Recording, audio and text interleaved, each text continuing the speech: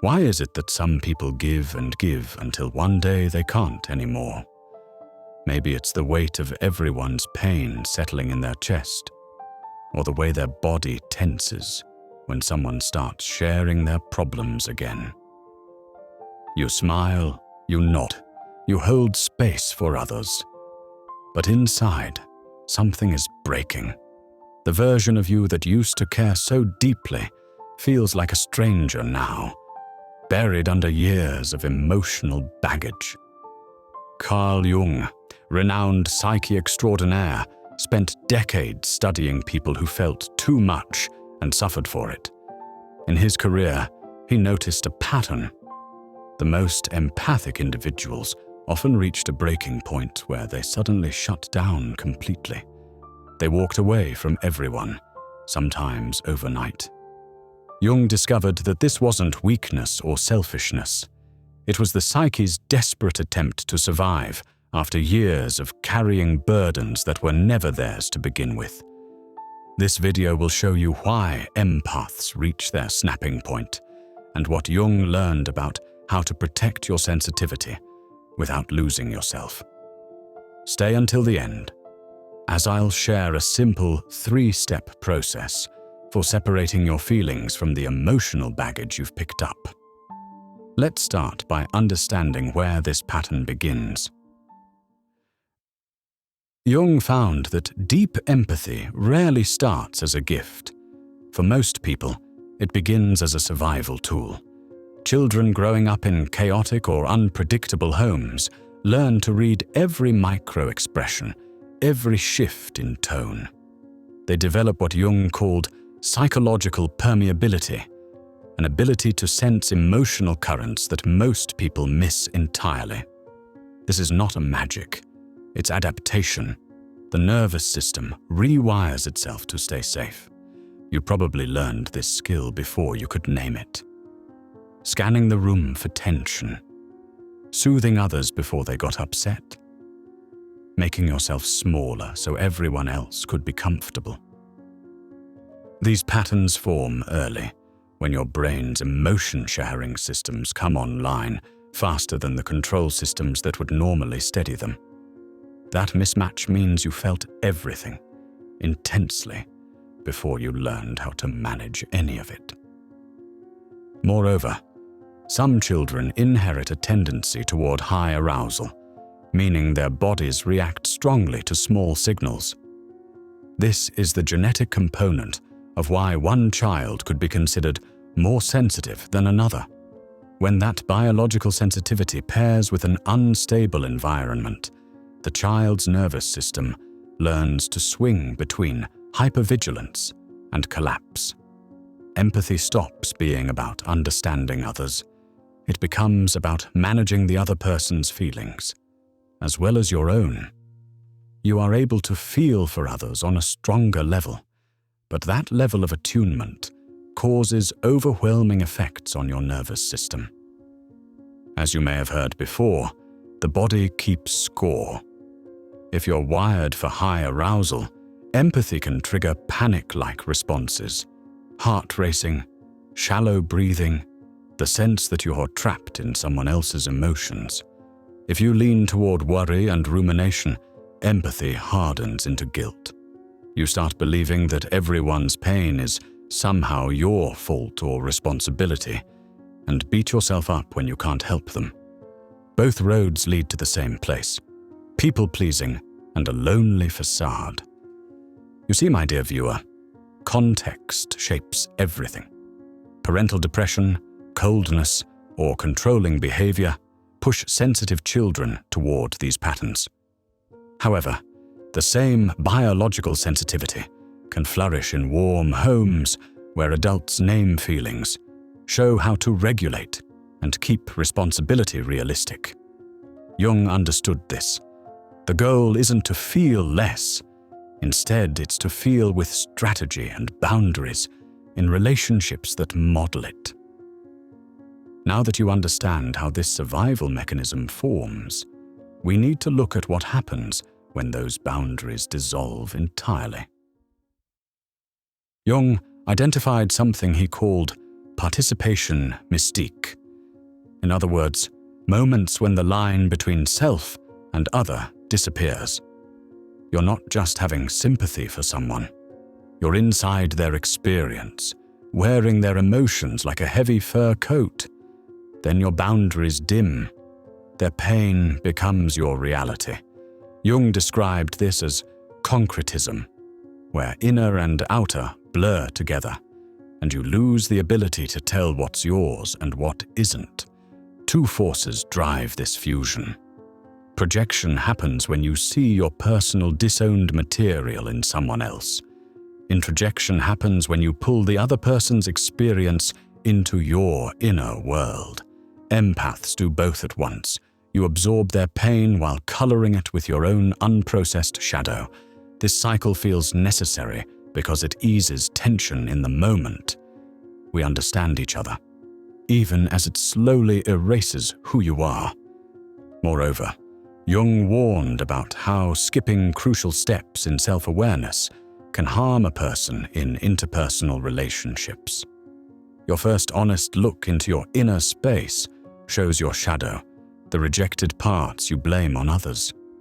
If you skip that reflection, you slide straight into unhealthy fusion with others, unconsciously. Then, relationships become hazardous as you face enchantment followed by devastating disillusionment. Again and again. At this point, you're not relating to a real person anymore. You're relating to an inner image that they represent. And when they inevitably fail to match its twisted form, the bond shatters. Therapy is one space that makes this pattern visible through transference, a redirecting of your childhood emotions onto someone else. After initial relief, many people project parental images onto their therapist with force that logic can't loosen. For empaths, this pattern can show up everywhere, with partners, friends, anyone who offers emotional safety. You transfer the need to be held, and suddenly that person becomes the only one who can save you or hold space for your emotions. Recognizing this pull is the first step. Learning to relate instead of merge is the work towards having healthy empathy. Furthermore, Jung noted that one-sided attitudes call up their opposite. Over-identify with others long enough, and your psyche fights back with irritability, coldness, sudden cruelty that shocks you and everyone around you. This doesn't mean you're broken. It's your unconscious trying to restore distance the only way it knows how, by swinging the pendulum to the other extreme. The longer you stay fused, the sharper the recoil when it occurs. Language is one thing that can reveal the pattern of boundary dissolution. When you say we instead of I, or name someone else's feelings before your own, you're enacting fusion, treating shared experience as a single thing rather than two related experiences. Reversing the order helps. I notice I feel. I imagine you might feel. Small shifts rehearse a psychic fact. Two people are present here, not one. That simple change begins to rebuild the boundary. But personal boundaries alone won't protect you from the larger forces at play, which leads us to something even more unsettling. Jung drew a line between the personal unconscious, your own forgotten material, and something deeper he called the collective unconscious. This layer holds inherited patterns and images that exist in all humans consistently. When these forces activate, they seek carriers and vessels within individuals. Moreover, in a world short on shared symbols and rituals, people with loose emotional boundaries are often the first targets. Projections are the first place to look. Families and groups may relieve tension by letting one member hold what everyone else rejects. You, who already absorb quickly, become the receptacle for that disowned shadow material. Then you believe it's yours. You carry the family's unspoken grief, the group's hidden rage, The collective's rejected vulnerability and suffering. None of it started with you, but all of it lives in your body now, like a parasite. How do you think that affects your mind, body, and spirit? The scale of this can get frightening. When archetypes seize the masses, Jung warned, people fall prey to any lunacy, crusades, witch hunts, moral panics. In small groups, it can look like scapegoating the sensitive member or leaning on them as the permanent fixer. Either way, your breakdown as an empath often marks the moment a system refuses to carry its own unconscious material. Inside you, these weights arrive as numinous moods and compulsions that don't feel chosen. Jung called these factors, the modern form of gods or spiritual entities, because they act like independent forces taking control. The good news is, when you can say, "Something has me," instead of "I am this," you take some of the power out of it. That awareness opens room for dialogue and choice instead of blind reaction. The solution isn't denying these collective archetypes. It's relating to them consciously without letting them take you over. Tracking themes in dreams and creative work connects personal struggle to larger patterns and shrinks shame. Shared language, shadow, meaning, archetype, offers containers that distribute weight. As with most growth and personal evolution, the process begins with awareness and then action. Understanding this dynamic prepares you for the moment when the weight becomes too much and something inside finally breaks. Let us move on to our final act, the day the empath snaps. Jung observed that one-sided attitudes often invite the opposite side. He called this enantiodromia. For empaths, long seasons of overgiving and people-pleasing activate an unconscious counter-movement, coldness, rage, sudden retreat. This is the day the empath snaps. When the breakdown comes, it feels like something else taking the wheel.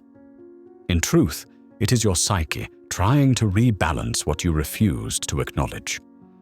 At the extreme end lies possession. And no, not like The Exorcist. An internal force hijacks your system, and you act as if inhabited by something impersonal. Jung cautioned that unconscious material, when ignored, can overwhelm a person. You find that years of carrying what isn't yours primes the ground for a mental collapse that goes beyond burnout, its identity eclipse. This snapping point is your psyche's brutal attempt to enact overdue change. One of the ways this manifests is through withheld feeling and secrecy. Then, emotions held back accumulate like poison, and the isolation corrodes human connection. Add high arousal and heavy guilt, and you have the two engines of an empathic breakdown: panic-driven withdrawal or implosive sorrow. From outside, it looks sudden. What's wrong with Jim? Or Sarah's going psycho? From inside, it feels like the only way to survive. So what solution is there? For the overgiving empath, health means crafting a life that includes duty and distance, relationship and solitude, service and self-care. When that can be done, the snapping point becomes a threshold to something more whole, not a moral failure. Then you can begin reclaiming yourself. Furthermore, meeting these forces requires what Jung called voluntary death. In other words, mourning the old role, letting others carry their own burdens, and building new, healthy boundaries. Personal meaning, not willpower, sustains this change. Boundaries prevent possession, while symbols digest it. Daily rituals, clear language for needs, and friend groups where feelings are shared equally, rather than hoarded or pushed on to one person. Remember how we talked about the body? Your breakdown isn't just a story, it's a nervous system event. Training breathwork, posture awareness, and attention shifts lowers the charge that makes possession likely. The goal isn't to feel less, but to feel cleanly, so your empathy remains a strength that doesn't cost you your face. With this understanding, let's look at how to put Jung's wisdom into practice in your daily life. So what can you do about it if you are an empath who is feeling the pressure? We looked at Jungian psychology to formulate a simple 3-step process for you. Remember, the work isn't about shutting down your empathy. Instead, it's about separating what's yours from what you've absorbed, so you can finally breathe. Here's a 3-step process that the ETN team has lovingly named the Empath Meltdown Rescue, or EMR, if you like acronyms. Step 1. The Daily Emotion Audit. Throughout your day, pause and ask yourself, does this emotion match my actual situation right now? When did I first feel this way? Who was I with when it started? This simple practice helps you distinguish authentic feelings from absorbed material and build awareness. You might discover that the anxiety you're carrying started the moment you walked into a room with someone else. Note these down. Step 2. The Origin Investigation. When intense emotions hit, trace them backwards. Ask, is this mine, or did I pick this up from someone else? Visualize yourself returning foreign emotional energy to its source or journal about it for a few minutes, not in anger, but as a simple act of psychic housekeeping. You're giving back what was never yours to carry. Step 3. Conscious boundary construction.